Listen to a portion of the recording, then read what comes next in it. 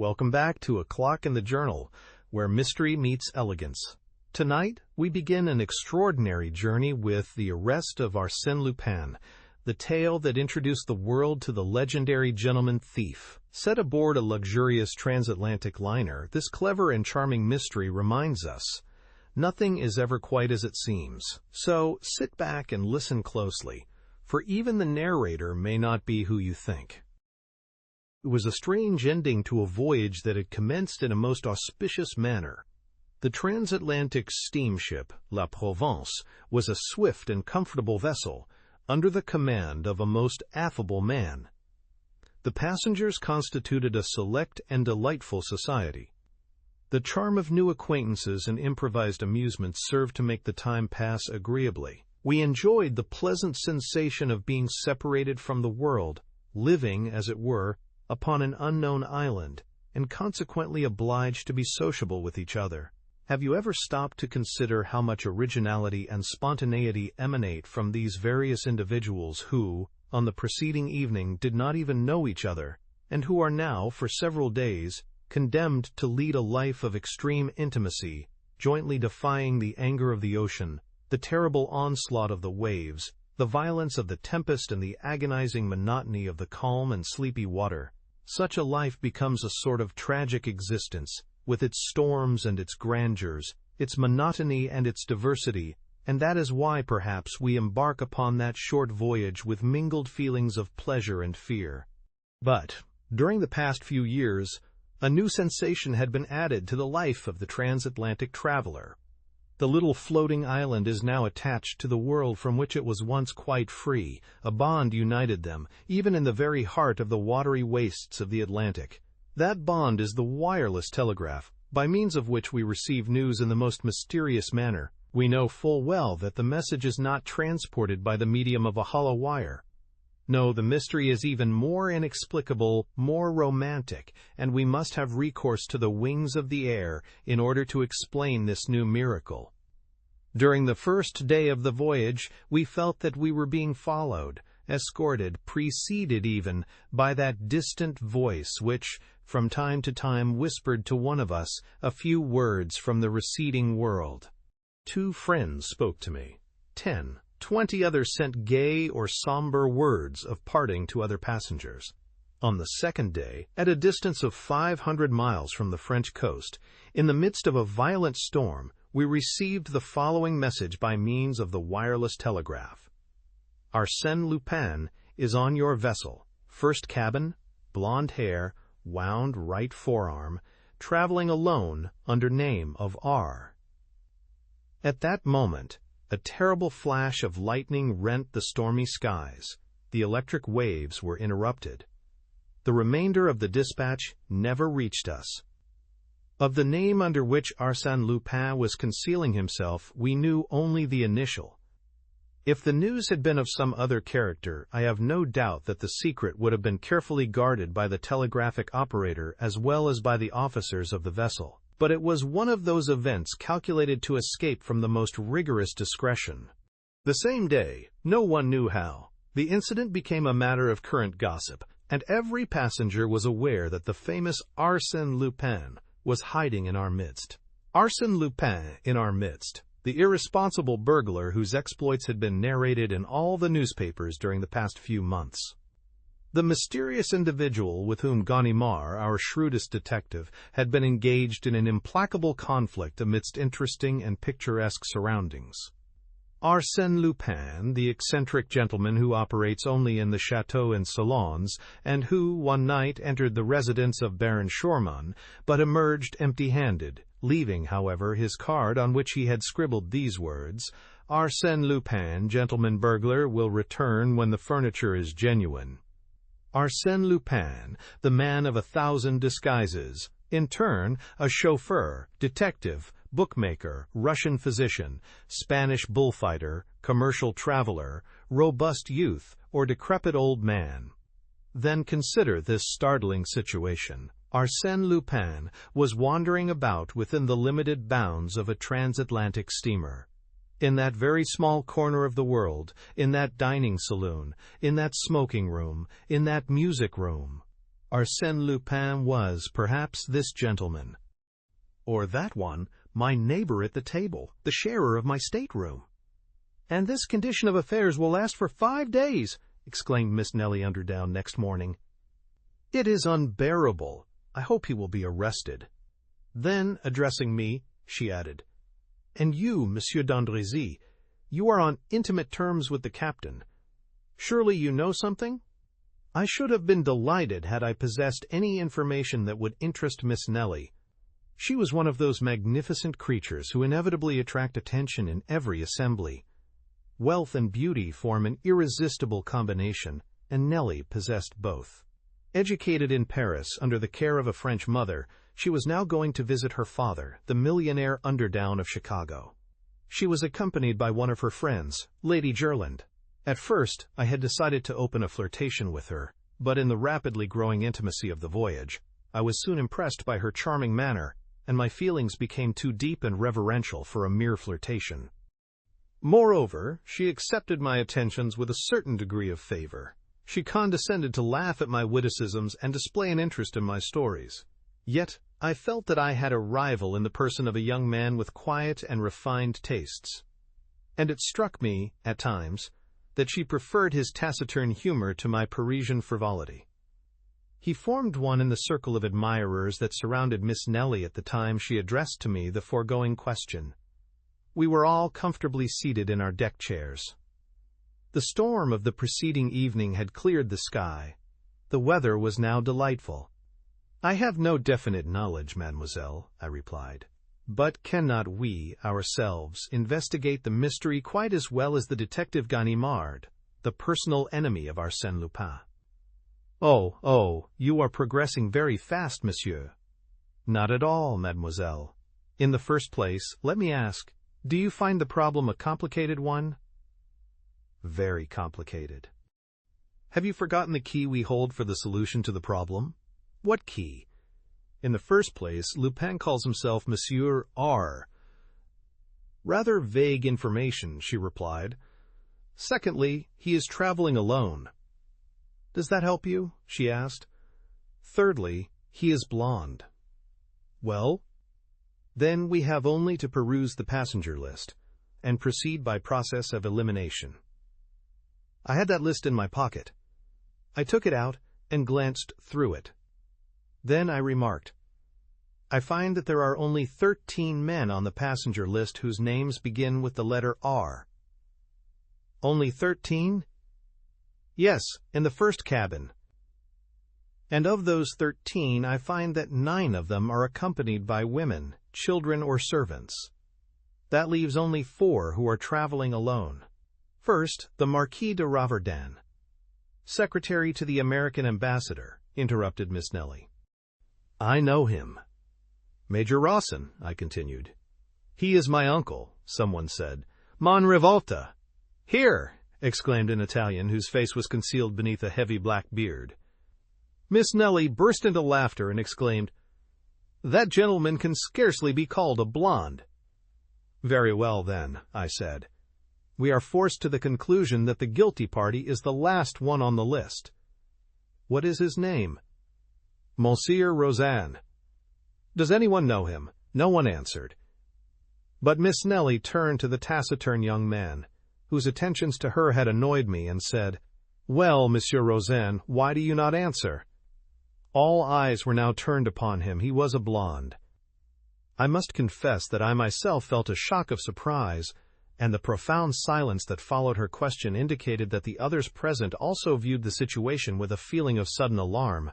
However, the idea was an absurd one, because the gentleman in question presented an air of the most perfect innocence. "Why do I not answer?" he said. "Because, considering my name, my position as a solitary traveler, and the color of my hair, I have already reached the same conclusion, and now think that I should be arrested." He presented a strange appearance as he uttered these words. His thin lips were drawn closer than usual, and his face was ghastly pale, whilst his eyes were streaked with blood. Of course he was joking, yet his appearance and attitude impressed us strangely. "But you have not the wound?" said Miss Nellie naively. "That is true," he replied. "I lack the wound."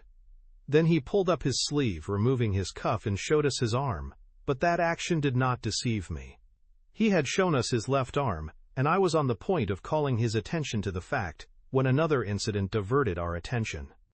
Lady Jerland, Miss Nelly's friend, came running towards us in a state of great excitement, exclaiming, "My jewels, my pearls! Someone has stolen them all!" No, they were not all gone, as we soon found out. The thief had taken only part of them, a very curious thing. Of the diamond sunbursts, jeweled pendants, bracelets, and necklaces, the thief had taken, not the largest, but the finest and most valuable stones. The mountings were lying upon the table. I saw them there, despoiled of their jewels, like flowers from which the beautiful colored petals had been ruthlessly plucked. And this theft must have been committed at the time Lady Jerland was taking her tea, in broad daylight, in a stateroom opening on a much-frequented corridor. Moreover, the thief had been obliged to force open the door of the stateroom, search for the jewel case, which was hidden at the bottom of a hat box, open it, select his booty, and remove it from the mountings. Of course, all the passengers instantly reached the same conclusion. It was the work of Arsène Lupin.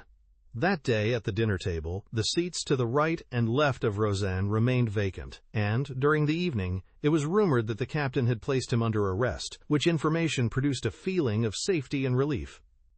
We breathed once more. That evening we resumed our games and dances. Miss Nelly, especially, displayed a spirit of thoughtless gaiety which convinced me that if Roseanne's attentions had been agreeable to her in the beginning, she had already forgotten them. Her charm and good humor completed my conquest. At midnight, under a bright moon, I declared my devotion with an ardor that did not seem to displease her. But, next day, to our general amazement, Roseanne was at liberty. We learned that the evidence against him was not sufficient.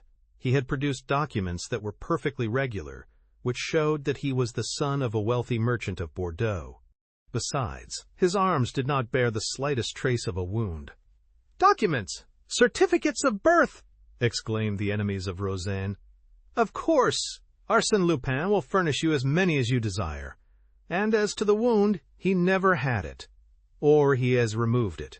Then it was proven that, at the time of the theft, Roseanne was promenading on the deck, to which fact his enemies replied that a man like Arsène Lupin could commit a crime without being actually present.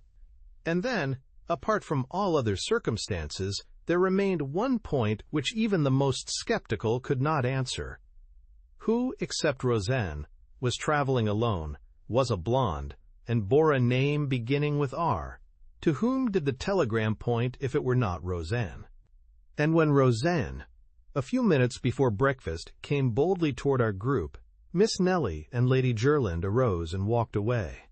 An hour later, a manuscript circular was passed from hand to hand amongst the sailors, the stewards, and the passengers of all classes. It announced that Louis Roseanne offered a reward of 10,000 francs for the discovery of Arsène Lupin or other person in possession of the stolen jewels. "And if no one assist me, I will unmask the scoundrel myself," declared Roseanne. Roseanne against Arsène Lupin, or rather, according to current opinion, Arsène Lupin himself against Arsène Lupin. The contest promised to be interesting. Nothing developed during the next 2 days. We saw Roseanne wandering about, day and night, searching, questioning, investigating. The captain, also, displayed commendable activity. He caused the vessel to be searched from stem to stern, ransacked every stateroom under the plausible theory that the jewels might be concealed anywhere, except in the thief's own room. "I suppose they will find out something soon," remarked Miss Nelly to me. "He may be a wizard, but he cannot make diamonds and pearls become invisible." "Certainly not," I replied. "But he should examine the lining of our hats and vests and everything we carry with us." Then, exhibiting my Kodak, a 9x12 with which I had been photographing her in various poses, I added, "In an apparatus no larger than that, a person could hide all of Lady Jerland's jewels. He could pretend to take pictures and no one would suspect the game. but I have heard it said that every thief leaves some clue behind him." "That may be generally true," I replied, "but there is one exception, Arsène Lupin." "Why?" "Because he concentrates his thoughts not only on the theft, but on all the circumstances connected with it that could serve as a clue to his identity. A few days ago you were more confident." "Yes, but since then I have seen him at work." "And what do you think about it now?" she asked. "Well, in my opinion, we are wasting our time." And, as a matter of fact, the investigation had produced no result. But, in the meantime, the captain's watch had been stolen. He was furious. He quickened his efforts and watched Rosanne more closely than before. But, on the following day, the watch was found in the second officer's collar box. This incident caused considerable astonishment and displayed the humorous side of Arsène Lupin, burglar though he was, but dilettante as well. He combined business with pleasure. He reminded us of the author who almost died in a fit of laughter, provoked by his own play. Certainly he was an artist in his particular line of work, and whenever I saw Rosanne, gloomy and reserved, and thought of the double role that he was playing, I accorded him a certain measure of admiration. On the following evening, the officer on deck duty heard groans emanating from the darkest corner of the ship. He approached and found a man lying there, his head enveloped in a thick gray scarf, and his hands tied together with a heavy cord. It was Rosanne. He had been assaulted, thrown down, and robbed. A card, pinned to his coat, bore these words: "Arsène Lupin accepts with pleasure the 10,000 francs offered by Monsieur Rosanne." As a matter of fact, the stolen pocketbook contained 20,000 francs. Of course, some accused the unfortunate man of having simulated this attack on himself. But, apart from the fact that he could not have bound himself in that manner, it was established that the writing on the card was entirely different from that of Rosanne, but on the contrary, resembled the handwriting of Arsène Lupin as it was reproduced in an old newspaper found on board. Thus it appeared that Rosanne was not Arsène Lupin, but was Rosanne, the son of a Bordeaux merchant. And the presence of Arsène Lupin was once more affirmed, and that in a most alarming manner. Such was the state of terror amongst the passengers that none would remain alone in a stateroom or wander singly in unfrequented parts of the vessel. We clung together as a matter of safety, and yet the most intimate acquaintances were estranged by a mutual feeling of distrust. Arsène Lupin was, now, anybody and everybody. Our excited imaginations attributed to him miraculous and unlimited power. We supposed him capable of assuming the most unexpected disguises, of being by turns the highly respectable Major Rawson, or the noble Marquis de Raverdan, or even, for we no longer stopped with the accusing letter of R, or even such or such a person well known to all of us, and having wife, children, and servants. The first wireless dispatches from America brought no news. At least the captain did not communicate any to us. The silence was not reassuring. Our last day on the steamer seemed interminable. We lived in constant fear of some disaster. This time it would not be a simple theft or a comparatively harmless assault. It would be a crime, a murder. No one imagined that Arsène Lupin would confine himself to those two trifling offenses. Absolute master of the ship, the authorities powerless. He could do whatever he pleased. Our property and lives were at his mercy. Yet those were delightful hours for me, since they secured to me the confidence of Miss Nellie. Deeply moved by those startling events, and being of a highly nervous nature, she spontaneously sought at my side a protection and security that I was pleased to give her. Inwardly I blessed Arsène Lupin. Had he not been the means of bringing me and Miss Nellie closer to each other? Thanks to him, I could now indulge in delicious dreams of love and happiness, dreams that I felt were not unwelcome to Miss Nellie. Her smiling eyes authorized me to make them. The softness of her voice bade me hope. As we approached the American shore, the active search for the thief was apparently abandoned, and we were anxiously awaiting the supreme moment in which the mysterious enigma would be explained. Who was Arsène Lupin? Under what name, under what disguise was the famous Arsène Lupin concealing himself? And, at last, that supreme moment arrived. If I live 100 years, I shall not forget the slightest details of it. "How pale you are, Miss Nellie," I said to my companion, as she leaned upon my arm, almost fainting. "And you," she replied, "ah, you are so changed." "Just think, this is a most exciting moment, and I am delighted to spend it with you, Miss Nellie. I hope that your memory will sometimes revert." But she was not listening. She was nervous and excited. The gangway was placed in position, but, before we could use it, the uniformed customs officers came on board. Miss Nellie murmured, "I shouldn't be surprised to hear that Arsène Lupin escaped from the vessel during the voyage. Perhaps he preferred death to dishonor, and plunged into the Atlantic rather than be arrested." "Oh, do not laugh," she said. Suddenly I started. And, in answer to her question, I said, "Do you see that little old man standing at the bottom of the gangway, with an umbrella and an olive-green coat? It is Ganimard." "Ganimard?" "Yes, the celebrated detective who has sworn to capture Arsène Lupin."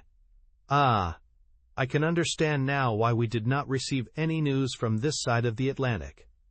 Ganimard was here, and he always keeps his business secret." "Then you think he will arrest Arsène Lupin?" "Who can tell? The unexpected always happens when Arsène Lupin is concerned in the affair." "Oh," she exclaimed with that morbid curiosity peculiar to women, "I should like to see him arrested. You will have to be patient. No doubt Arsène Lupin has already seen his enemy and will not be in a hurry to leave the steamer." The passengers were now leaving the steamer. Leaning on his umbrella with an air of careless indifference, Ganimard appeared to be paying no attention to the crowd that was hurrying down the gangway. The Marquis de Ravardin, Major Rawson, the Italian Revolta, and many others had already left the vessel before Rozaine appeared. Poor Rozaine! "Perhaps it is he, after all," said Miss Nellie to me. "What do you think?" "I think it would be very interesting to have Ganimard and Rozaine in the same picture. You take the camera, I am loaded down." I gave her the camera, but too late for her to use it. Rozaine was already passing the detective. An American officer, standing behind Ganimard, leaned forward and whispered in his ear. The French detective shrugged his shoulders, and Rozaine passed on. Then, my God, who was Arsène Lupin? "Yes," said Miss Nellie aloud, "who can it be?" Not more than 20 people now remained on board. She scrutinized them one by one, fearful that Arsène Lupin was not amongst them. "We cannot wait much longer," I said to her. She started toward the gangway. I followed. But we had not taken 10 steps when Ganimard barred our passage. "Well, what is it?" I exclaimed. "One moment, monsieur."